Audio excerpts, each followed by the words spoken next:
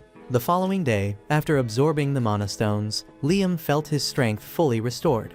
Seizing the moment, he turned to Scarlet with a request to temporarily borrow Guardian Radon.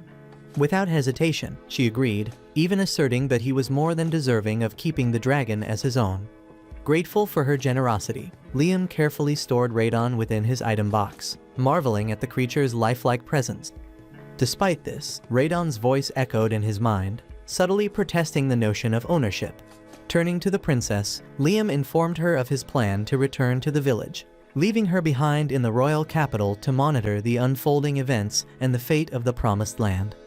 Soon after, Liam used the same spell to teleport back to the village and used the same spell to send Scarlet back to the capital. There the people worked relentlessly, smiles plastered on their faces. Once the first phase of the village's construction was complete, Rihanna told Liam that trolls were 3-meter-tall creatures of sheer muscle that lived nearby. Liam recalled having heard that trolls' temperaments varied widely. They could be as gentle as lambs or as brutally violent as hell. Unfortunately, according to the fairy, these particular beasts were downright hostile, with humans relentlessly encroaching on their territory. So Liam figured that if fighting broke out, it'd be a real nightmare, while Rian mused about persuading the trolls to side with him in the war. Finally, Liam inquired about the monster's whereabouts. Afterwards, he appeared in a barren, seemingly lifeless land, a stark contrast to the fertile soil it once had not long ago. Picking up an iron ore stone from the ground, he scanned the area, noting the scarcity of vegetation, yet remarked that the region was chock full of hidden treasures. At that very moment, trolls emerged before the boy, demanding to know what he was doing there. So Liam explained that he was in the process of building a nation and sought to recruit them, but the leader of the monsters deemed humans untrustworthy and promptly shot down the proposal. Liam begged for their trust, swearing that he would harm no one, and pointed out that fairies and werewolves had already joined his cause. Unmoved by Liam's plea, the massive creature slammed its club into the ground, carving out a small crater that nearly ended Liam's damn life if he hadn't managed to escape in time. The troll persisted, launching several savage blows that forced the mage to scurry away like a rat as he desperately contemplated how to reverse the tide, especially given that this troll was as formidable as legend claimed, so any hesitation might spell doom for Liam. Meanwhile, as Liam dodged yet another strike, he discovered his legs were ensnared in a deep crevice, with a malicious grin plastered on the monster's face. Liam suspected he had been deliberately lured into this trap. When the troll hefted his club and struck down hard, everyone assumed the battle was over. Yet remarkably, Liam burst forth from beneath the rubble, with his guardian Radon magical armor still intact. Stunned, the troll realized with disbelief that he hadn't harmed his opponent at all. However, the situation ran even deeper. Scanning the chaos, the troll chief noticed that in his overzealous swing at the boy, he had inadvertently injured his own allies. Liam later confessed that he had intentionally not dodged the final blow to prevent the chief from hitting his companions. Normally unable to summon such an array of spells, he had instead relied on his magical armor to amplify his power and generate additional illusions to protect the other trolls. Hearing this, the chief recognized that this child was surprisingly kind, a stark contrast to his initial assumptions. Consequently, he promised to listen to what Liam had to say. Likewise, Liam began to suspect that these trolls might not be as savage as Rihanna had portrayed. In fact, they could very well be the opposite. Still, the chief demanded to know what the boy intended from them. Liam then laid out the process of building the village, explaining how the trolls' involvement was vital for several reasons. He argued that humans would likely invade the land, and if the trolls remained isolated, they'd be vulnerable to attack and ultimately doomed in the war. And frankly, Liam didn't want that outcome. Consequently, the chief agreed to inspect the village before making any decisions, prompting Liam to teleport everyone there. Transported by the magical means, the monsters were utterly astonished, having never witnessed anything like it before. Suddenly, Chris appeared, pointing an accusing finger at the troll chief and demanding to know what this brute was doing there. Recognizing he was facing the infamous boar woman, the chief braced himself as Chris, seething with fury over the ridiculous nickname, launched a swift, flying kick that sent the massive troll crashing to the ground in an instant. Concerned and uncertain about the next move, Liam inquired about the connection between the wolf and this man, but Chris couldn't offer an explanation. Ever since meeting this troll, she found him so irritating that every encounter inevitably spiraled into an unprovoked brawl. In fact, tallying all their clashes revealed 307 victories and 378 losses for Chris.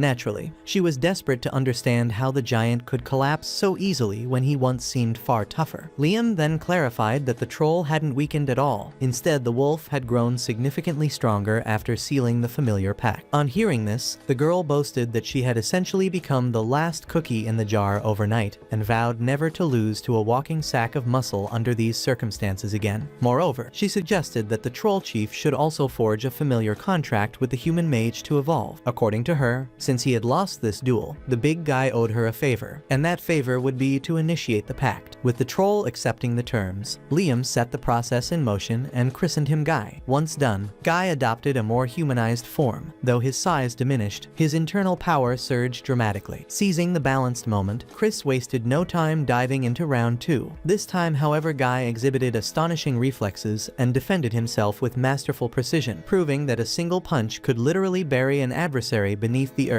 Even though it was merely a casual duel between the two, Liam observed that it had escalated into a high-caliber battle. Guy's comrades watched in amazement as their leader grew even stronger than before, hailing him as a legendary Gigas, the natural evolution of trolls. Thereupon, Liam vowed to extend the same transformation to all the new comrades, and as he turned the trolls into Gigas, he celebrated gaining formidable allies for the village's protection. Additionally, this species proved remarkably effective at manual labor, as evidenced when they began assisting in extracting heavy stones. Likewise, Chris attempted to help with the work, but without their strength, it quickly became apparent as the wolf girl struggled to move a bag laden with a massive rock. Guy urged her to take it easy and insisted on handling the heavy lifting until Chris was nearly crushed by the very stone she was pulling. The Gigas lent a hand to ease her burden, only for her to stand up fume and declare that he shouldn't think he'd won just because of that, before storming off in embarrassment. Later, after hauling a hefty load of stone back to the village, the troll chief asked what Liam planned to do with it all. So Liam explained that he intended to extract metals from the stones by summoning Gnome and Salamander to heat and melt the rocks in a forge, separating the metals. Once completed, the nobleman obtained portions of gold, copper, and silver, but mostly a substantial amount of iron. Unfortunately, aside from these, almost no high-grade mithril was yielded. Radon clarified that mithril is an extremely rare metal in the human world and nearly impossible to come by. Yet Liam remained frustrated, hoping to find even a little more of this material in the troll quarry for the production of magical armors and masks. However, since there wasn't enough to craft powerful armors, Liam announced he might try other methods, although Raven was quick to warn that such efforts were bound to fail. Either way, Liam didn't see failure as a disaster, a stance that provoked a hearty laugh from the dragon, who joked about the young man's carefree outlook. For him, failing was neither a total loss nor an outright win. According to Liam, that's pretty much how he viewed magic. You have to keep at it until you master the technique. With this mindset, Liam had Salamander melt the iron and instructed Gnome to fashion a mold to pour the molten metal into. Once everything was set, he channeled Radon's power through the mold. Recalling how Scarlet's armor had become far stronger once it was given a name, Liam figured he could repeat the process with iron armor. Before long, he christened the equipment Apollo, meaning sun, believing that naming it to match the mold would endow the garment with even greater power. Incidentally, Liam had used the same naming strategy for everyone in the village, giving each a name that suited their essence, and it was remarkable to observe how they all evolved according to the names they were given. In the end, Liam successfully produced magical iron armor,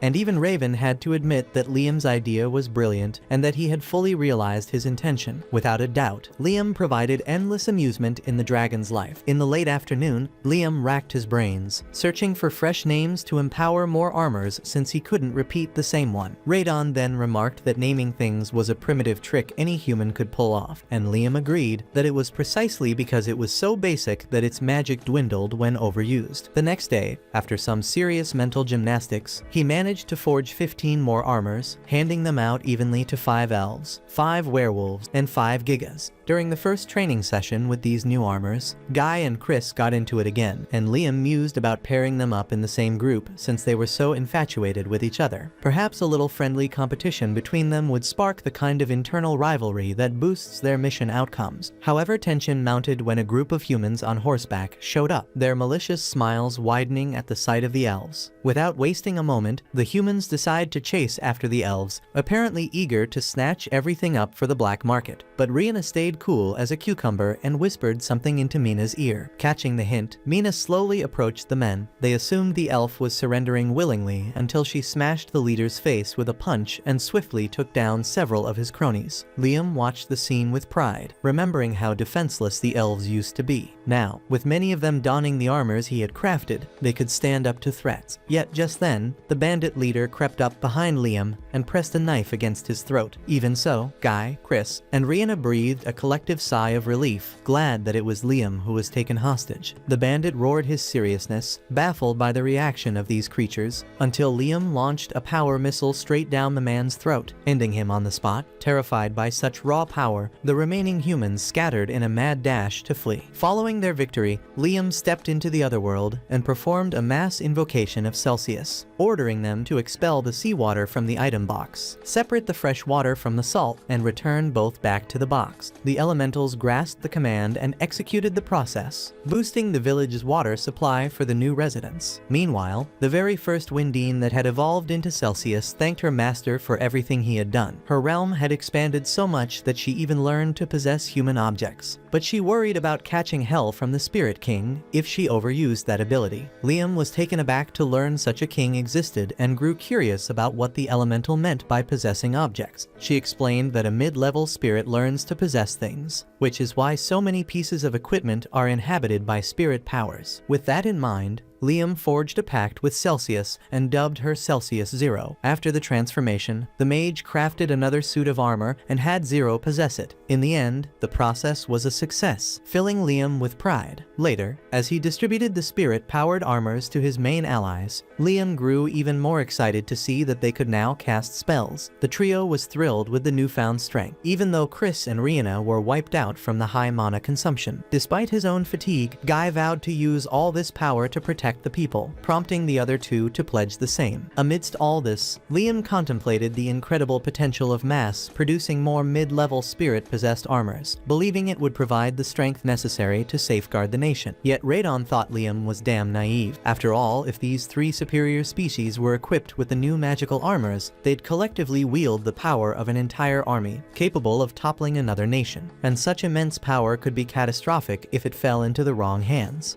Several days later, Liam made his way back to his hometown, where Asuna and Jody had been anxiously awaiting his return. They immediately chastised him for his recent absences and then demanded that he fork over some cash, since he always takes all the money from their quests. Then at home, Liam surprised them by handing over a generous portion of the money that Scarlet had paid him to keep Radon's existence a secret. The girls were utterly stunned by the enormous sum, yet they decided to hold on to it for themselves.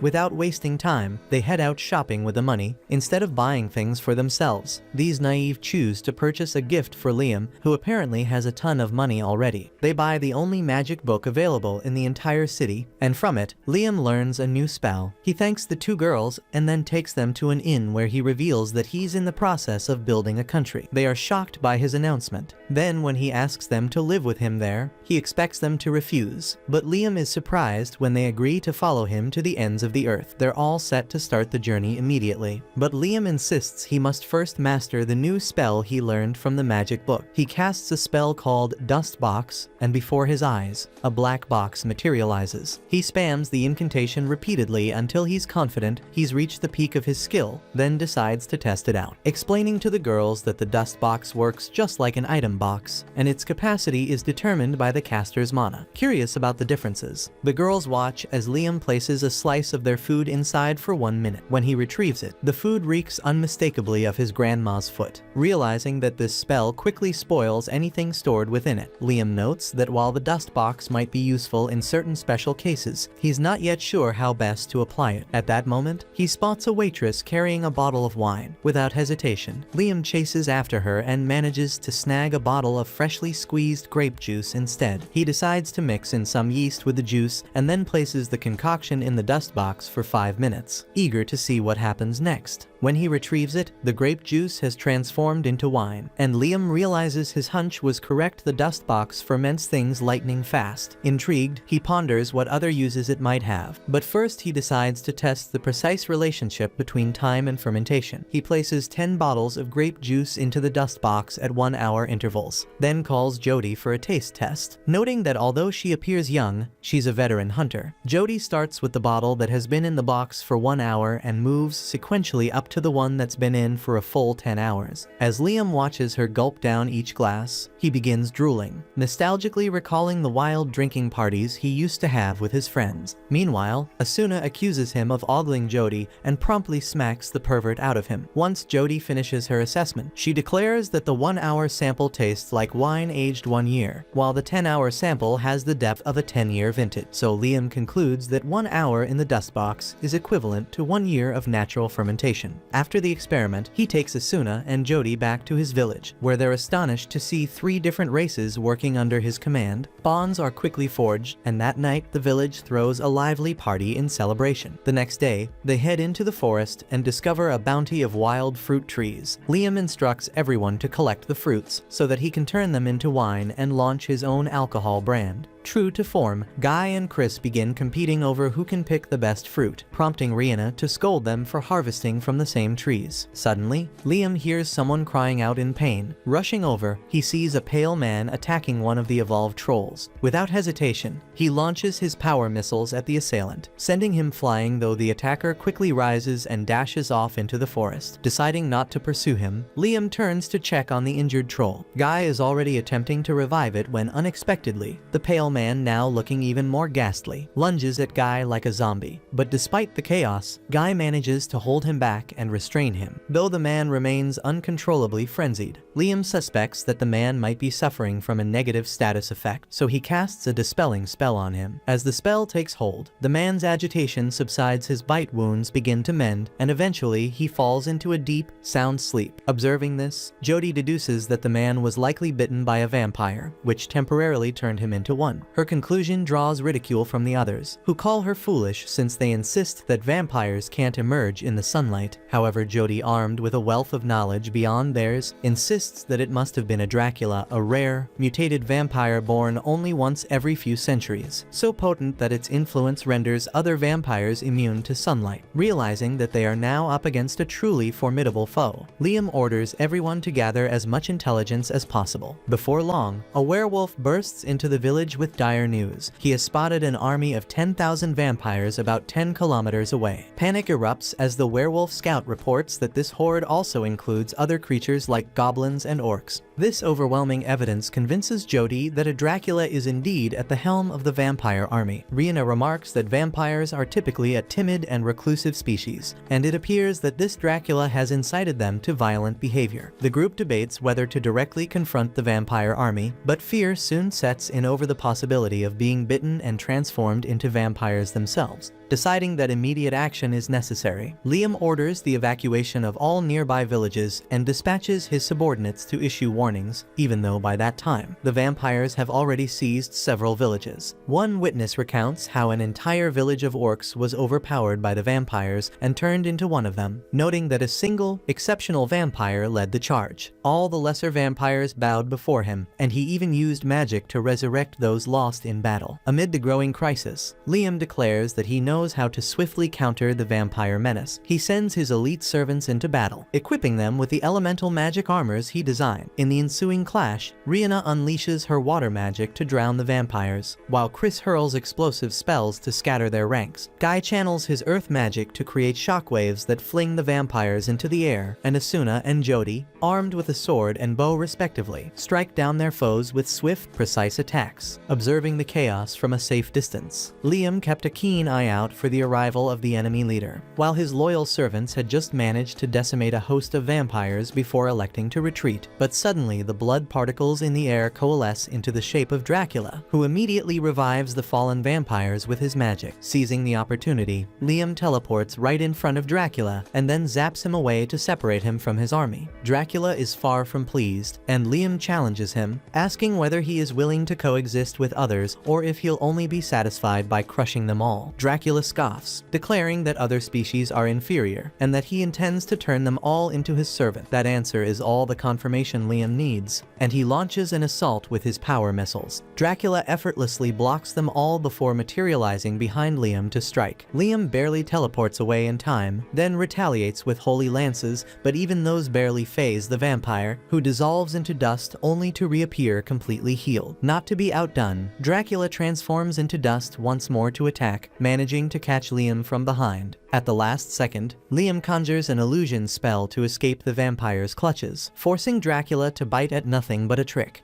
Feeling truly cornered, Liam wonders whether he should activate his golem armor for a massive power boost, even though it will quickly sap his energy. He opts to save it for last. continuing to bombard Dracula with his regular magic. But nothing seems to work. The vampire boss simply turns to dust and then reconstitutes into his original form. He taunts Liam, insisting that his attacks are futile because he is already dead and can regenerate infinitely from the surrounding life force, declaring that the fight is over. He pounces on Liam, but Liam finally finds a way to defeat him. He swiftly summons the dust box and traps Dracula inside it. No matter how hard Dracula struggles, he can't break the walls of the dust box and soon becomes frustrated. Liam muses that living beings usually can't be confined in the dust box, but since Dracula claims he is already dead, he can be placed there. Determined to test this, Liam decides to see how long Dracula can withstand an environment devoid of life force, and it takes a full 10 hours before the dust box shows any progress. At night, the dust box reports to Liam that Dracula has entered a state of suspended animation, meaning he is now basically rotten food. So Liam feels a surge of relief, thinking that he has finally won.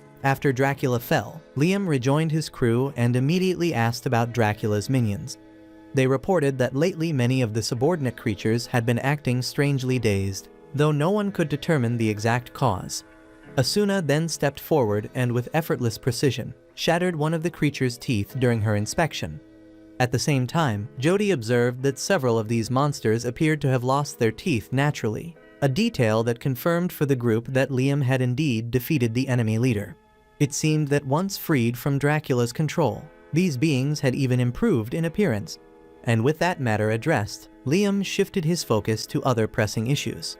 But then amid this turmoil, a violent surge of energy, what Radon identified as Dracula's mana, suddenly swept over the newly freed creatures. According to Radon, their bodies had been controlled by this pervasive mana, and with the source fading, the creatures were at risk of vanishing altogether. Desperate to avert disaster, Liam recalled how he had once cured Guy's friend with a clean sweep spell, a sacred technique known to heal any affliction. He then quickly cast the spell on one monster, and as expected, its burning mana dissipated. Encouraged, he repeated the ritual on every creature struck by the potent blue flames. But just as hope began to stir, all the monsters reverted to their previous state of agony, leaving Liam gripped by terror. Calming him, Radon reminded Liam of their earlier discussion. Sometimes one well-placed area spell is far more effective than a barrage of fireballs. Taking that advice to heart, Liam summoned Guardian Radon and donned his magical armor to channel his clean sweep spell into a powerful area effect. At last, Liam managed to purge Dracula's mana from every creature. Overjoyed, the cursed humans and demi-humans finally returned to their original forms, free from their monstrous affliction. The overwhelming relief, however, proved too much for Liam, and he fainted on the spot. Sometime later, he slowly awoke in the quiet of the night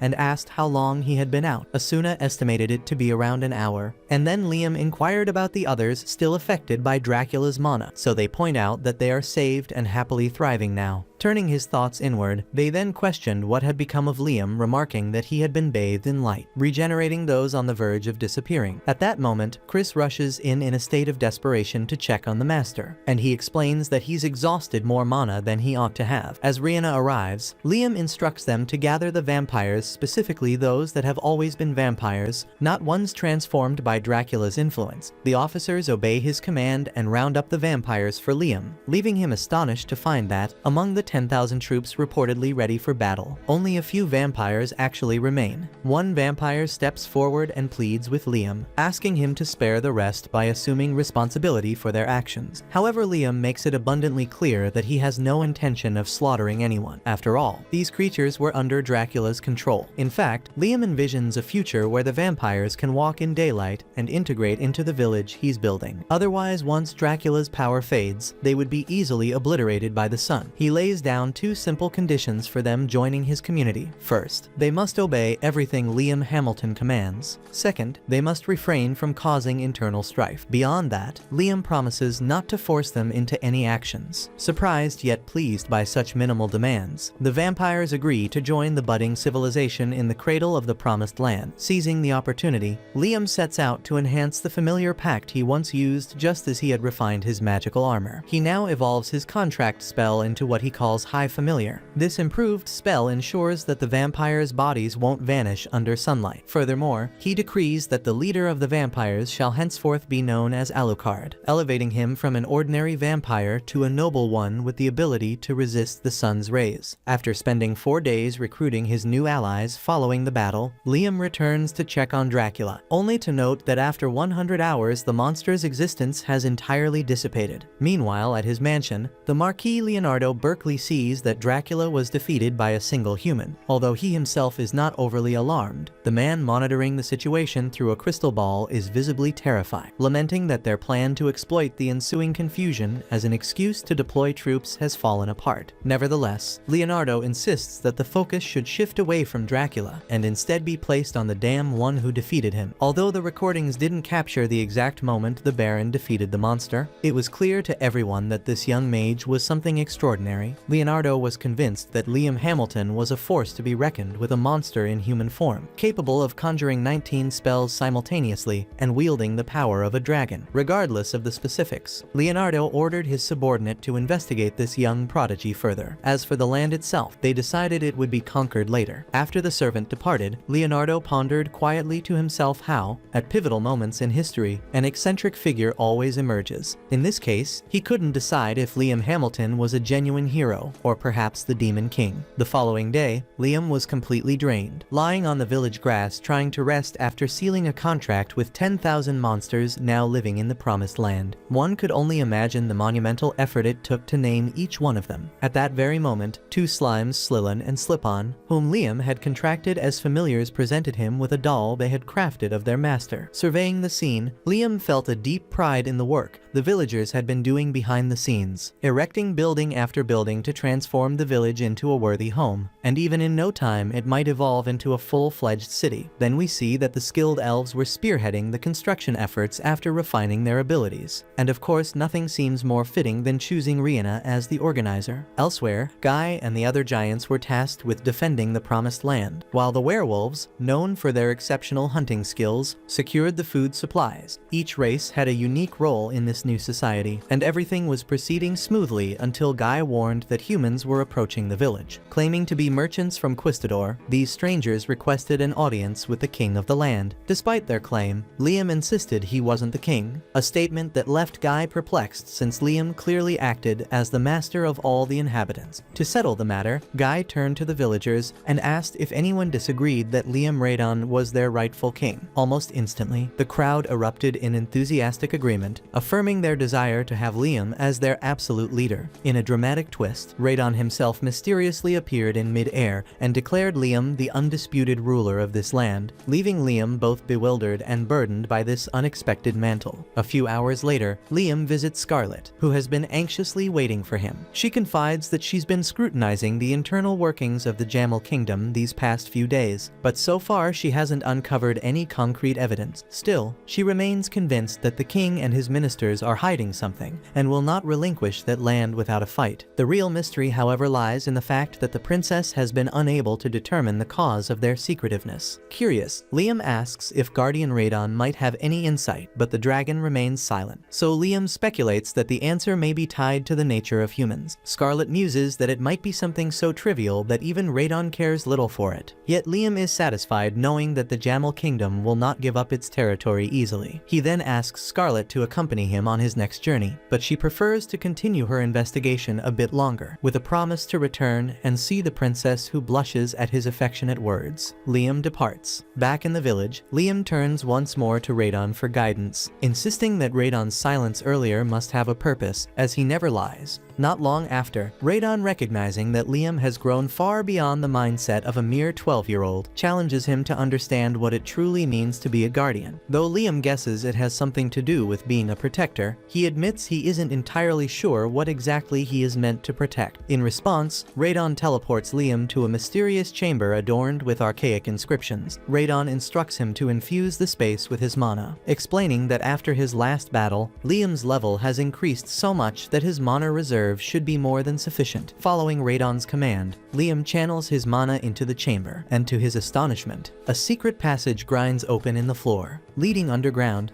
Descending the stairs, Liam is overwhelmed by a sensation akin to the one he experienced when he first discovered the Magicpedia. He suspects that he has stumbled upon yet another ancient artifact of memory. Impressed by Liam's ingenuity, Radon confirms that the cryptic writings on the walls are indeed remnants of ancient memories, and that the entire chamber is akin to an artifact, a repository of forbidden long-lost spells. Curious, Liam asks if these inscriptions might contain spells. Radon explains that much like crows, which have a penchant for gathering shiny objects in their nests, dragons too hoard ancient and forbidden spells in their sanctuaries. For instance, Liam is now standing in a dragon's nest, a place where ancient and forbidden spells have been collected over the centuries, and the spell Liam sees on the wall is merely the first of many, and as he increases his mana, new seals will break, granting him access to other spells. Remarkably, Guardian Radon notes that Liam is the first human in centuries to break this initial seal. Brimming with excitement, Liam eagerly captures the spell inscribed on the wall, noting that the process mirrors how one would absorb a grimoire or consult the Magicpedia. Determined to test his newfound power, he attempts to conjure 19 spells simultaneously, but all that appears are ephemeral bubbles that vanish without a trace. Radon explains that Liam's mana is being nullified, but before he can elaborate further, Liam experiments with other spells, all failing in a similar fashion. He soon deduces that this mana cancellation is deliberately preventing anyone from using the ancient spell in this sacred place. When Radon confirms his suspicion, Liam makes another attempt. He encases himself in shimmering bubbles and dashes outside, only to have his spells cancelled once again. Undeterred, he retreats to the Radon's nest and decides to activate the old spell using a stone he'd picked up outside. However, when he hurls the stone at one of the bubbles, nothing happens. Next, he fires a magic missile at the bubble, which splits it neatly in two. At that moment, Liam realizes that physical attacks seem ineffective, and the spells are being absorbed and merely multiply the bubbles. Radon then reveals that the true challenge here is to solve the riddle and master the spell. He offers a clue: the bubbles multiply. According to Radon, a wizard of Liam's caliber should be able to activate spells simultaneously. There should be one activation line that triggers the old spell, while the other lines are used to disrupt the multiplying bubbles with precise attacks. Although this method is slow, it proves effective. However, Liam believes he can expedite the process by invoking a contract. He calls forth a clone to assist with the strategy, announcing that he'll use one activation line for the contract invocation and the remaining 18 to practice triggering the old spell. With renewed determination, he conjures the bubbles once more and begins the activation process, while his clone launches power missiles to shatter the bubbles. Radon observes with approval as this combined tactic appears to accelerate the procedure. Liam resolves to maintain the assault for an hour until the activation is complete. True to form, an hour later, his strategy succeeds, and Liam masterfully harnesses the ancient spell, leaving even Radon thoroughly impressed by how swiftly it was accomplished. Afterwards, Liam departs the nest and summons his item box, using it to drop a massive rock onto his clone. In response, the clone automatically casts the ancient spell, Shield of Absolute Strength, which not only repels the impact but is itself obliterated along with the rock, essentially, before it shatters. The shield can completely deflect one physical blow, no matter how formidable. However, if faced with multiple small projectiles, like two tiny stones, the shield only intercepts the first, leaving subsequent attacks unguarded, and it offers no protection against magical assaults. With this in mind, several clones begin pelting Liam with stones. In defense, he repeatedly conjures the Shield of Absolute Strength while continuing his spell activation, forming multiple barriers around himself, each one absorbing a separate stone. The mage muses that his experiment now resembles a war scenario. Imagine thousands of arrows raining down, and that if attacks become too rapid, this method might eventually prove insufficient. Nonetheless, he is confident he can manage as his mana reserves continue to grow. Finally, Radon announces that an absolute magic shield has been sealed on the next floor, meaning Liam must level up if he wants to access that area. Yet, recalling that the artifact was originally crafted by Radon himself, Liam believes he might shatter the seal immediately by substituting raw physical strength with potent magic. With that idea in mind, he envisions channeling every available spell line to activate a single, powerful effect, planning to mentally simulate the process until he can correct any errors. After all, Radon had mentioned that manipulating causality was key. After meticulously calculating each step in his mind, Liam finally manages to awaken the absolute magic shield. So impressive is his feat that even Radon metaphorically tips his hat in respect, acknowledging that Liam has mastered one of the most challenging ancient spells in a remarkable remarkably straightforward manner. Elated by his breakthrough, Liam conjures 19 power missiles and continuously activates the absolute magic shield to ensure that everything operates smoothly. As he practices, Radon reflects on the fact that no human has undone the seals of those ancient ruins in centuries. But Liam Hamilton not only shattered them, but also activated a long-forgotten spell in his own unique way. Later, while standing beside a shadow spirit, Liam is seen behaving curiously, prompting Radon to ask what he's up to. The young mage explains that he's training his sense of smell to detect mana presence. Radon surmises that this ability would enable him to effectively deploy both physical and magical barriers, and Liam confirms that, though he wonders if combining both types wouldn't sometimes be more efficient, Liam elaborates that while not impossible, he's striving for a method that is more efficient, one that consumes less mana. Radon considers this feasible, provided Liam can anticipate an opponent's move in a split second. Regardless, Radon offers high praise for Liam's relentless drive to evolve and push the boundaries of magic.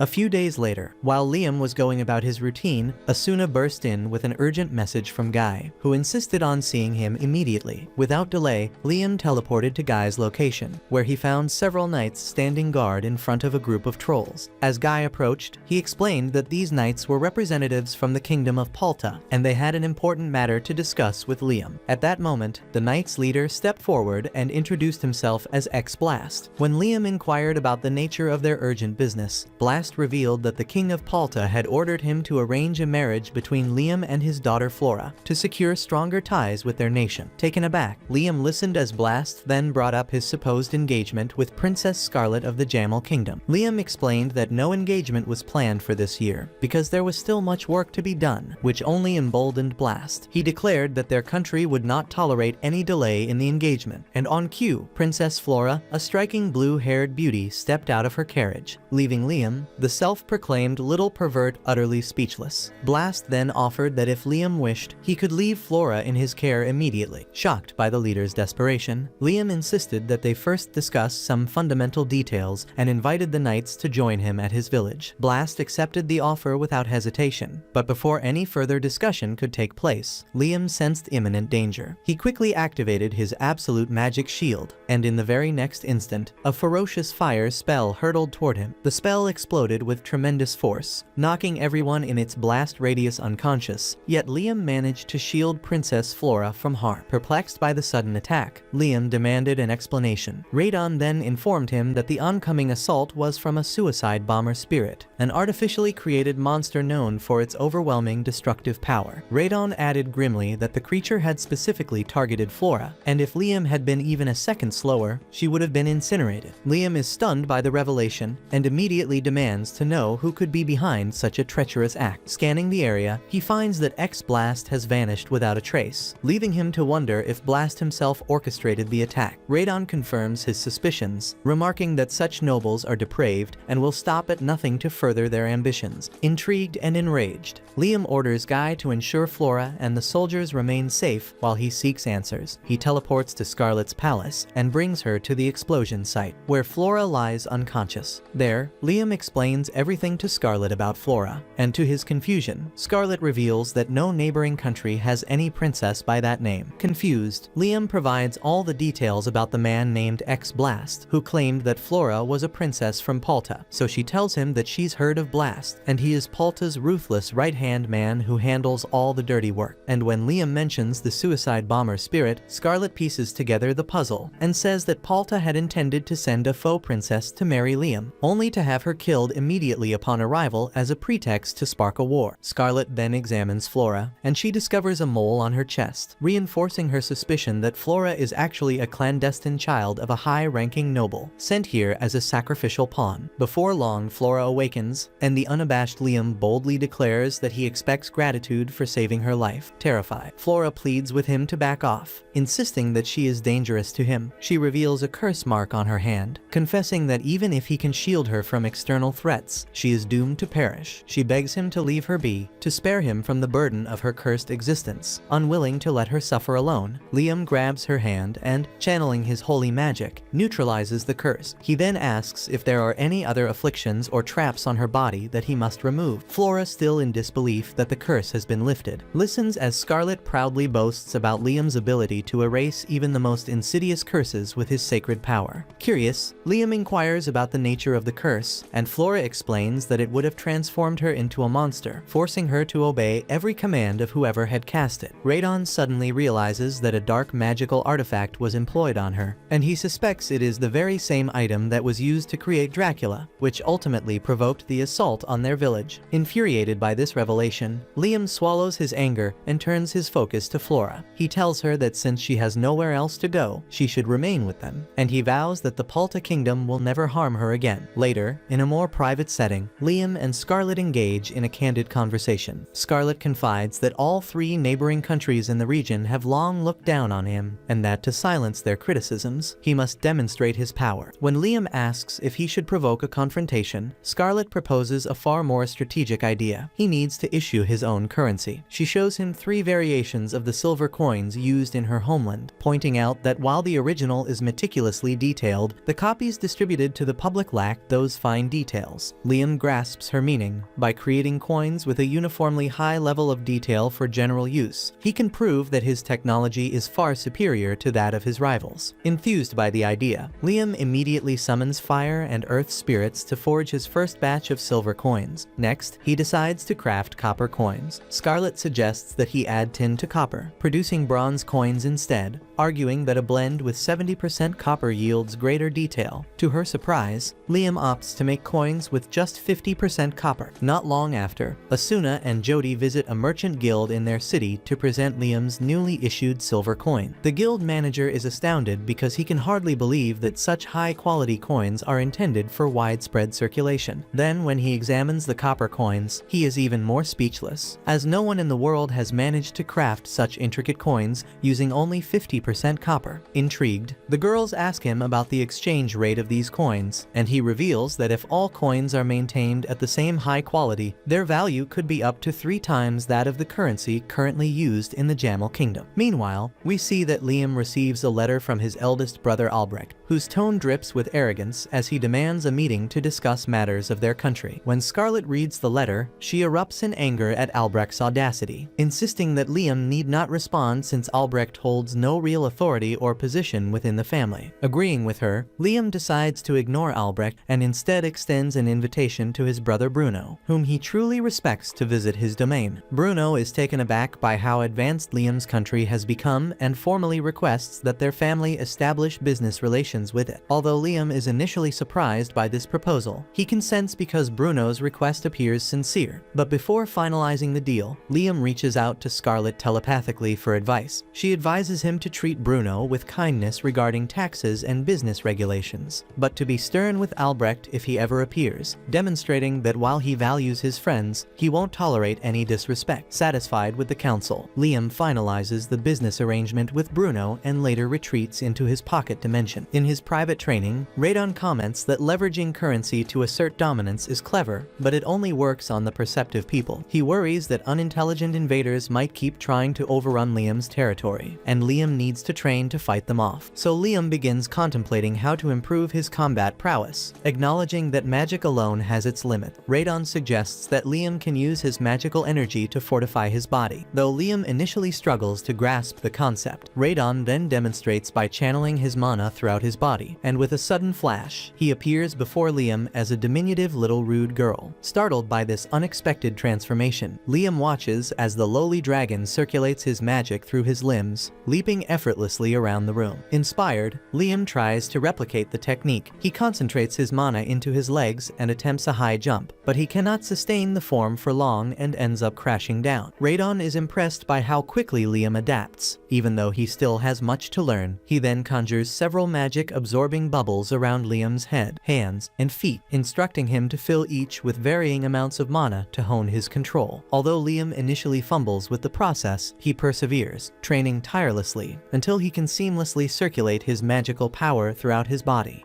After Liam became proficient in channeling mana through his body, Radon announced that it was time to move forward with the training.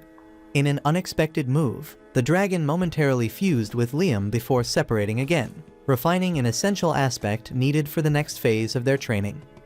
Without warning, Radon conjured a rope fashioned entirely of light from his palm and announced that they were to engage in a tug-of-war challenge. When instructed to pull the rope, Liam tugged with all his might, yet the rope remained stubbornly immobile. Radon explained that to set it in motion, Liam needed to infuse additional mana into his hand. Instantly, Liam channels about 10% of his mana into his grip, managing to budge the rope ever so slightly. In response, Radon mirrors the move. Realizing the lesson, Liam deduces that the purpose of the exercise is to measure the mana expenditure required to fortify oneself and then adjust his own output accordingly, and Radon tells Liam that he is right. Focusing intently on the glowing mana coursing through the rope, he fine-tunes his control to match Radon's flow. Suddenly, Radon shifts tactics, channeling his mana into the open air rather than the rope, making it far more elusive to detect. Although Liam struggles to keep pace, he persists until the end, at which point Radon announces that he has passed the second round of training. For the final challenge, the dragon commands Liam to unleash as many magic missiles as he can at once, expecting to fire his standard 19. Liam surprises himself by launching 29 missiles in a single burst, even though his overall mana capacity remains unchanged. With a smug smile, Radon explains that by refining his sensory perception and mana control, Liam has effectively optimized his spellcasting efficiency. Overjoyed by this revelation, Liam realizes that he now possesses the refined skills needed to wield his immense power with precision. The following day, Liam convenes a meeting with his key underlings at Scarlet's mansion. During the discussion, Rihanna points out that they are running low on salt and drinking water. Liam assures her that he will replenish their supplies. This prompts Asuna to wonder aloud how he manages to procure these resources in the first place. Liam explains that he simply dispatches a clone to the sea, then uses his item box to separate the salt from the water. The girls, however, feel that there must be a more efficient method. After all, as their leader, Liam shouldn't be burdened with such menial tasks. He says that he will think about it when Scarlet rises from her seat and asks Radon whether there are any saltwater lakes or similar places nearby where they might mine salt near the promised land. Radon now fully embraces the lowly lifestyle even when he is inside Liam, and tells Scarlet that there might be a promising source of salt to the southwest of the city. After all, wild cattle and sheep are known to graze there, although the others are puzzled about the connection. Scarlet quickly explains that these animals have an insatiable habit of licking rock salt. They agree to investigate the area later, wrapping up the meeting on that note. As the group leaves the room, Asuna wistfully suggests that if their kingdom had an ocean, their salt problem would be solved once and for all. Scarlet chimes in with an intriguing historical tidbit. Long ago, this region was once washed by an ocean until, during the War of the Three Dragons, Radon hurled a mountain that severed the ocean from the promised land. Liam is stunned by the sheer scale of power that the dragon within Radon possesses. Later, he turns to the lowly Radon and asks if he can lend him some of that power to create an ocean in his territory. Radon, however, refuses, advising him to make do with what he already has. Undeterred, Liam sets to work and creates a small saltwater lake complete with a sandy beach. He explains that this miniature ocean is connected to the real one through his item box, ensuring it will never run dry. The girls are immediately thrilled by this innovation. Seizing the opportunity, Asuna and Scarlet conspire to persuade Liam to let them swim in the pool. Liam, who secretly enjoys the thought of seeing them in their swimsuits, happily agrees, and they spend the entire day frolicking in the water. The following day, as Liam drops Scarlet off at her home, she receives a troubling message about a severe drought in her mother's homeland. Liam reassures her that if water is scarce, he can easily supply it. When Scarlet hesitates and asks if he's truly confident about this plan, Liam explains that offering water will not only help but also forge a stronger bond with her country. After all, it's his duty to support his neighbors, and true to his generous nature, he refuses to charge for the water. Energized by the offer, Scarlet rushes off to inform her father. Back in his territory, Liam directs his water spirits to get to work, filling barrels with clean, drinkable water. As the spirits busily fill the containers, Radon suddenly warns Liam that all his benevolent efforts might ultimately prove futile. Puzzled, Liam asks for clarification, and Radon explains in a caustic tone that both ordinary people and and the powerful are often stupid and arrogant. She believes that his free acts of charity will only breed suspicion, as people might think he has ulterior motives. Unfortunately, her prediction soon comes true. Scarlet later informs Liam that her father has turned down his offer, insisting that his country is fully capable of handling the drought on its own. According to Scarlet, they are currently dispatching relief packages to the worst-hit areas, but they simply cannot teleport water on the scale that Liam could. In a sudden burst of inspiration, Radon suggests they could end the dry spell by inducing rain over the region, and Liam gets curious about that idea, and she mentions that among the most advanced holy magic spells, there exists one to control the weather. Liam is thrilled at the prospect, but quickly realizes that he's not quite ready to wield such power. Moreover, he worries that if he tries to assist the kingdom with unapproved magic, it might offend them, so he opts for a more diplomatic, measured approach instead. Before long, Liam meets with his brother Bruno to present a new plan. Given that Bruno is a low-ranking noble, Liam figures that providing relief to disaster-struck regions would not only be a humanitarian act, but also a significant achievement that could bolster Bruno's standing. According to the plan, Liam would use his item box to teleport water to the areas in need, and Bruno would handle the official distribution. Bruno is enthusiastic, but asks for a few days to work out the logistics and costs associated with water and transportation. Liam, however, dismisses the need for profit because he's doing this out of genuine concern, not greed. While Bruno is pleased with the arrangement, the king of the Jamel Kingdom isn't, and sends a group of nobles to Liam's residence to prepare for his impending marriage with Scarlet. Radon is convinced that the elaborate marriage preparations are merely a pretext, an excuse by the king to keep a close watch on Liam and prevent him from aiding the drought-stricken regions. In response, Liam muses that he could simply send one of his clones out to the affected areas so that he can teleport there later. However, just then Guy bursts in with news. People from the Jamel Kingdom are scouring the area, ostensibly to determine the perfect route for Scarlet's wedding procession. Realizing that his clone would now be exposed, Liam instructs Guy to monitor the Jamilian entourage and ensure they don't cause any mischief. Determined to outsmart the prying eyes, Liam decides to alter the appearance of his clone to avoid detection. He summons a clone and casts wind magic to give it a trendy faded hairstyle, but soon realizes that this unusual cut might actually raise more suspicion. Frustrated, he dismisses that clone, and then ties his own hair up neatly, then summons another clone, which naturally mirrors his current look. It dawns on him that his clones always replicate his most recent appearance, effectively resetting any previous modification. Seizing this quirk, Liam comes up with a clever idea. He employs the High Familiar Contract spell to perform a gender bend on his clone, transforming it into an attractive hot girl. He names the transformed clone Amelia and verifies that she can wield magic just like he does before sending her off to handle his affairs in his stead.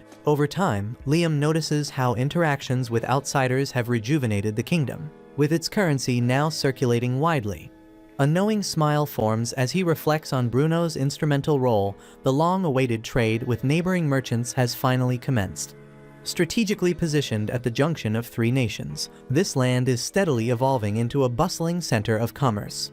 Meanwhile, the region of Jamel is suffering from a severe drought. Despite Liam's generous offer to help, his aid was rejected, so instead he sent his illusionary double disguised as Amelia to the region. Liam notices that everyone is scrutinizing his every move, ensuring he doesn't send any more aid there. Not wanting to stir up further trouble, he decides to remain in his own territory. Suddenly, a group of playful slimes appears, lightening the mood as they eagerly approach him. The scene then cuts to a group of workers diligently carrying stones. Liam, filled with admiration for their hard work, summons a group of gnomes and orders them to dig a trench along the road. It becomes clear that he is planning to build a new city road or a smooth sidewalk for carriages. The lowly dragon explains the process to him, stating that the black soil must be heated until it melts, then poured onto the road and left to solidify. Excited by the prospect of creating something lasting, Liam eagerly digs a trench about a meter deep, and the dragon confirms that this depth is ideal. He remarks that the victory road used by triumphant armies to march to the palace is an impressive achievement, and his construction is just as significant. Once the workers have gathered the black soil, Liam orders them to fill the trench with it. He then summons a group of salamanders to melt the soil until it liquefies. As the molten soil cools, it hardens into a perfectly smooth surface, and everyone watching is both amazed and thrilled by the result. Not content with just that, Liam decides to expand the roads leading out of the city. He envisions that when visitors arrive, they should find a well-paved path free of obstacles, a critical link connecting cities and nations. After the initial paving is completed, Liam lies down on the road, seemingly inspecting it or searching for a flaw. He then orders the salamanders to melt the top 10 centimeters of the surface, and next he commands the gnomes to adjust the road so that its center is slightly elevated. To test his plan, he pours water onto the road, and his idea works perfectly because the water no longer pools in the middle. Satisfied with the outcome, Liam resolves to implement these improvements on all roads throughout the kingdom. After a while, Liam settles down in the forest for a moment of respite, tying a rope around a sturdy tree and leaning on it. Almost immediately, he loses his balance first once, then a second time. After he got used to it, the lowly dragon spoke directly into his mind and said that things seem to have gotten a bit easier now, but you must have noticed something different. Liam gets perplexed and asks what she means, but he suddenly notices that there's a subtle shift in the supernatural energies, and it's differences that he couldn't sense before. Intrigued, Liam performs a thorough scan of the surrounding area and soon discovers that spies from all three neighboring nations, Palta, Quistador, and Jamal, have infiltrated his territory. Realizing that these countries are closely monitoring him, Liam concludes that their animosity towards him is far more significant than he initially suspected. He quickly rushes to Scarlet and asks for details about the military might of Jamal, Palta, and Quistador, including the size of their armies. She informs him that if they were on guard from each other, both Jamal and Palta can muster around 20,000 troops each, while Quistador could deploy up to 50,000 soldiers. But if they were to unite against him, their combined forces would total approximately 130,000 warriors, and it's a staggering number compared to his own populace of barely 10,000, including civilians. Deep in thought, Liam realizes that he must act with extreme wisdom and caution to avoid being dragged into war. He ponders not only the threat posed by these three nations, but also the possibility that other countries across the continent may have sent spies as well. Determined to verify his suspicions, Liam reactivates his scanning power and soon orders his workers to retreat immediately. He summons a squad of gnomes and commands them to dig straight down. In no time, they excavated a massive pit. As Liam leaps into the chasm, he is astonished to discover a thin but gleaming layer of mithril, a rare mineral known for its magical properties. Overwhelmed with excitement, he exclaims that the mysterious magical energy he has been sensing originates from here, and he says that with such a bounty of mithril, he envisions crafting enchanted battle armor for everyone, and it's a development that could finally bridge the overwhelming power gap between his people and those of the other nations. Without wasting any time, Liam calls for Scarlet and instructs her to spread the news immediately, and let it be known that our nation now possesses mithril ore, because this will serve as a clear deterrent to any potential invaders. And with that declaration, Liam halts all road construction and diverts the workforce to extract the newly discovered mithril. The quantities unearthed are astonishing enough to forge thousands of magical battle armors. As he surveys the operation, Liam muses that they need to build something akin to that underground temple. The ancient ruins beneath where Guardian Radon once stood were actually used as a vast storage device, so if they construct a similar structure and train everyone together, they might achieve something truly incredible. Turning to Riene, he asks her if she can use any supernatural abilities, and she confirms that she can use ice magic. So in an instant, Liam and Rihanna teleport to a new location, and there Liam commands the salamanders to melt the surface of the road along with a thin layer of mithril, while instructing the gnomes to remove the top layer of the road and coat it with an even, thin film of mithril. Noticing Riane's puzzled look, Liam tells her that he will explain everything, but just stand over there, and as she complies, he asks if she feels anything. Then suddenly a massive surge of mana and energy courses through her body, and she quickly casts the ice needle spell, and to her astonishment, it works with incredible efficiency. So she asks about what happened because her power has increased drastically. So Liam smiles and says that he used his abilities to transform the mithril in the road into an ancient storage device, placing it beneath the city streets, and adds that instead of constructing a dedicated training structure, now anyone who stands on the roads can learn spells. But then he noticed that this also means they will have to rebuild all the damn roads again. Later, Liam convenes everyone for a training session. The trainees unleash a barrage of fireballs at him, yet he effortlessly deflects them with his superior shield. Next, they try launching ice needles, but he parries those as well. Even when the slimes whip up a violent wind cyclone, Liam stands firm. The secret to his resilience lies in the ancient storage devices he embedded beneath the city's roads, which now serve as an immense energy source. With this setup, anyone standing on these roads can tap into that power. Even those with little to no magical training can help defend the city. But he says that this is not all, so Rihanna in awe asks if there's more, and with a confident grin, Liam replies that with him she is going to witness the impossible. He then tells her to stand over the road again and tries to cast the phone spell. Rihanna then gets intrigued and quickly positions herself and utters the spell's name, and to her astonishment, it activates instantly. The phone spell is a telepathic communication incantation that allows her to speak to someone else solely through her thoughts. Even though she's never attempted it before, she casts it effortlessly. The spell transmits her natural voice across vast distances, linking everyone in the city to Liam's network. To test it out, she contacts Natasha and hears a clear response, even though Natasha is nowhere near. The spell's success leaves everyone ecstatic as they marvel at the remarkable progress of the city that Liam has built. Enchanted by the progress, Rihanna calls it the Magic City, and Liam is delighted by that name.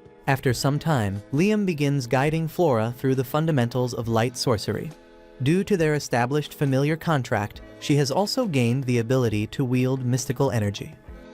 Flora is amazed by her newfound talent because she never believed she possessed any magical potential. Liam laughs gently and assures her that this is merely a beginner's spell. He then outlines his ambitious plan to lay mithril sheets beneath the entire road network of his city and devise innovative methods to draw water from wells and light ovens, ultimately easing daily chores for everyone. Flora hesitates, arguing that expending such a rare resource as mithril solely to simplify the lives of common folk is a waste. Liam, however, dismisses her concerns as classist. He explains that if he can create spells to reduce the time spent on mundane tasks, his people will have more freedom to pursue what truly makes them happy. Flattered and a bit eager to please, Flora showers him with praise, declaring him a wonderful king who genuinely cares for his subjects. At that moment, Liam receives a call from Guy. Guy informs him that a group of dragon-riding knights from Quistador wishes to meet him, but Liam has no idea who they are, so Flora eagerly fills him in, explaining that the Dragon Knights of Quistador are renowned not only for their impressive combat skills, but also for the unwavering loyalty of their dragons. Curious, Liam wastes no time and teleports to the location where the Dragon Knights are assembled. He approaches them with eagerness, only to have the dragons suddenly begin to panic. Confusion erupts among the gathered knights until they quickly deduce that their mounts are frightened by Liam. Puzzled, Liam wonders why his presence would unsettle the dragons, until lowly Radon steps in to explain that weak beasts are naturally intimidated by someone as powerful as he is. With that explanation, Liam finally understands the reason behind the commotion. Shortly thereafter, the captain of the Dragon Knights, a striking figure named Sheila, steps forward to greet him. With a confident air, she introduces herself as the 19th Princess of Quistador, a title that leaves Liam momentarily stunned, and he can't help but think that her parents are so loving of the rabbit's life to give birth to all these children. Without missing a beat, Sheila challenges Liam to a duel. Perplexed, he asks why they should fight when they've just met. In response, Sheila quips that the best way for a man and a woman to truly know each other is by sharing spicy chips in bed. Then, with a teasing laugh, she adds that since she's never done that, and he's still just a kid at heart, she'll settle for the second best way instead, and it's exchanging hits. Liam still isn't eager to fight, but Sheila tells him bluntly that he can only prove himself worthy of an alliance with Quistador if he manages to impress her. That proposition is hard for Liam to resist, especially since his relations with the three neighboring countries are in the dumps, and he desperately needs at least one on his side. Reluctantly, he agrees to the duel, and they quickly launch into combat. Sheila moves with a speed that makes her vanish like the Flash before Liam's very eyes. In response, he immediately conjures up absolute force and magic shields to deflect any incoming attacks. Sheila starts with quick physical blows, but his force shields effortlessly nullify them. Next, she hurls fireballs at him, only to have her magic attacks blocked by his equally potent magic shield. Then she disappears again, leaving Liam frustrated and confused because he can't tell if she's using invisibility or simply moving so fast. Suddenly, Radon's warning rings in his mind, urging him to dodge, and he barely escapes as Sheila's magic sword slices through the air where he had just been standing. Sheila resumes her rapid movement, but Liam quickly blankets himself in a thin layer of magical fog, allowing him to track her precise movements by sensing the disturbances in the air. Seeing that her super speed is rendered useless by his clever tactic, Sheila's confidence begins to wane. She asks Liam how he's managing to track her so effortlessly. He admits that his senses can't normally pick up on her presence, but that by surrounding himself with magic fog, he can detect even the smallest disturbance. Impressed by his ingenuity, Sheila concedes and declares the duel over, suggesting they now have a relaxed chat instead. Without missing a beat, Liam teleports her to his mansion, a feat that leaves Sheila dumbfounded, as she hadn't even known teleportation was possible. Liam casually explains that it's one of Radon's spells. Inside the mansion, Liam wonders if Sheila intends to offer a political marriage to form an alliance with his kingdom, similar to what happened with Jamil and Palta, but instead, she says that they only need to sign a military non-aggression pact as their main condition. Liam finds this hard to believe at first and starts suspecting that Sheila might have an ulterior motive. Sensing his doubt, she explains that in her country, there's a saying, never attack the dragon crown, meaning Radon. Curiosity piqued, Liam asks for clarification, and Sheila reveals that long ago, her kingdom was nearly destroyed by a conflict with Radon. That's precisely why she came here personally, to verify that Liam possesses the power of the great dragon, and to do whatever is necessary to form a true alliance. After receiving advice from Radon, Liam agrees to forge an alliance with Quistador. As the handshake seals the deal, Sheila begins sweating nervously, clearly relieved to have the matter settled. So Liam thinks that she must have been scared while dealing with him because he had Radon's formidable power. Shortly after, Sheila asks for the name of his kingdom, but before Liam can answer, Radon emerges in his imposing dragon form and proclaims that their kingdom is called Liam Radon. Sheila starts shaking, as if she had been struck by lightning at the sight of the divine dragon, and even after Radon retreats back inside Liam, she remains visibly shaken. Despite her trembling, she continues discussing the details of the alliance, and as night falls, Liam decides to show her to her room. Stepping out of his mansion, Sheila is astonished by the vibrant lights emanating from every house. Liam explains that he has created a system that allows magic to be used freely within all the buildings of his city. Finding it hard to believe, Sheila insists on seeing it up close. Her wonder only grows when she learns that, in addition to light magic, Liam has developed spells for water and fire as well. Thoroughly impressed by the magical marvel that is his city, Sheila becomes even more intimidated by his strength when he mentions that it's all thanks to the mithril mine he discovered. She then asks if they possess plenty of magic stones too, but Liam shrugs, confessing he doesn't even know what those are. Regaining some of her composure, Sheila explains that magic stones are formed when excess magic power is concentrated and released during spellcasting. Intrigued, Liam experiments by casting a light spell, only to shock Sheila when he wastes no mana at all. Liam explains that Radon has trained him to be 100% efficient, a claim that sends Sheila into a panic because she believes that level of efficiency is beyond human capability. After dropping Sheila off at her hotel, Liam turns to Radon with burning questions about the magic stones. Radon advises him to intentionally cast a spell inefficiently. Taking his advice to heart, Liam casts a spell at 0% efficiency, causing a significant amount of mana to be wasted. This excess mana transforms into glowing dust that settles on the ground. Radon then explains that over time, this dust crystallizes to form magic stones. Liam then decides to scan the city using his detection skill to see if any magic stones have already formed. Faint signals guide him through the streets until he finally locates a sizable mass. Excited, he rushes to its location and begins digging it out. To his shock, Radon informs him that this magic stone is essentially useless because it loses its inherent power over time. However, Radon quickly adds that its power loss doesn't make it worthless. In fact, magic stones usually form only on battlefields where countless spells are cast, and they're so rare that they sell for far more than diamonds. Liam is stunned by this revelation, and a spark of inspiration lights up within him. He realizes that these magic stones could be the cornerstone for fueling his country's economy. Without wasting a moment, he calls his brother Bruno to discuss the business opportunity. As Liam explains the unique magical infrastructure of the city that allows for the regular formation of magic stones, Bruno's head nearly spins from trying to process the information. But once he hears that Liam wants to trade in the magic stones with his assistants, Bruno eagerly jumps on board. Liam then presents Bruno with a magic stone he recently excavated. Bruno examines it and explains that it's a young magic stone, a type that is highly sought after by newlywed couples because young magic stones have wider strips that gradually shrink as they age. In contrast, older magic stones are far more rare and beautiful, often commanding a value 5 times that of standard stones, though they require centuries to reach that state. For Liam, time is no obstacle, so he summons his dust box to rapidly age the stone. After spending 3 weeks in the dust box, the magic stone ages by 500 years, transforming into a small yet uniquely captivating gemstone. Deeply impressed by its transformation, Liam places the gemstone inside his item box so that his female clone, which is part of a delegation sent to Quistador, can transport it across the border. The clone presents the 5,000-year-old magic